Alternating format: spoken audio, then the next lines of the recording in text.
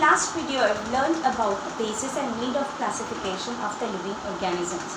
In this video, you are going to learn about the brief history of classification. In the beginning, Carl Linnaeus was the first one to classify the living organisms in the year 1735, almost in the 18th century. And he divided the living organisms into two broad groups, that is Vegetabilia and Animalia. From the word Vegetabilia, it sounds like vegetables. That means vegetables are nothing but plants. So he made two broad categories as plants and animals.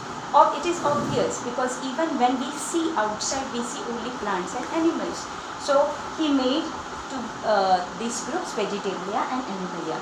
Later on, in the year 1866, Haeckel divided the living organisms into three different kingdoms, that is Protista, plants and animals. Plants and animals you are aware about, but Protista nothing but microorganisms.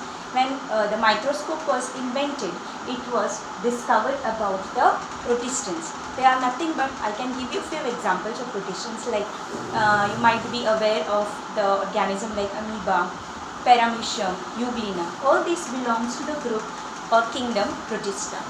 Next one was a Cheton in the year 1925. He made the living organism into completely two different groups, prokaryotes and eukaryotes. I think you must have all learned this in the standard 7 about these two kingdoms, two categories, prokaryotes and eukaryotes. So to talk about these prokaryotes and eukaryotes, they are having two words, prokaryon and eukaryon. Now pro means primitive and karyon means the nucleus. Eu means true and karyon again means nucleus. So when we are talking about nucleus, that is prokaryotes and eukaryotes. Prokaryotes means primitive nucleus and eukaryotes means the true nucleus. Now what does this mean, primitive nucleus? You all have studied in the standard 7 about the cell. Cell comprises of different organelles. Among them, one of them is the nucleus.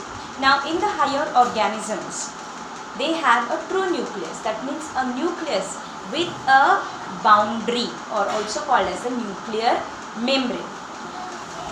In the case of prokaryotes, primitive nucleus, there is no such boundary for the nucleus, and the DNA or the chromosomes inside the nucleus are just present inside the cytoplasm. Whereas the eukaryotes have the true nucleus, that means a nucleus with a nuclear membrane or the boundary around the nucleus. So I think so you might have got an idea about what are prokaryotes and what are eukaryotes. So it was completely different from all the other scientists. Next one was Copeland. Okay, and he divided in the year 1938 into four kingdoms. They were Monera, Protista, plants and animals. So Monera, as you might have come across for the first time, Monera are nothing but all the bacteria. Protista I have just mentioned to you about all the protozoans like amoeba, paramecium, euglena and so on. Plants and animals.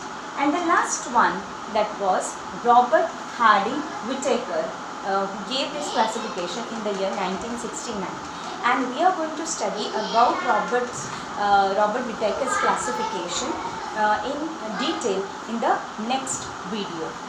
Thank you.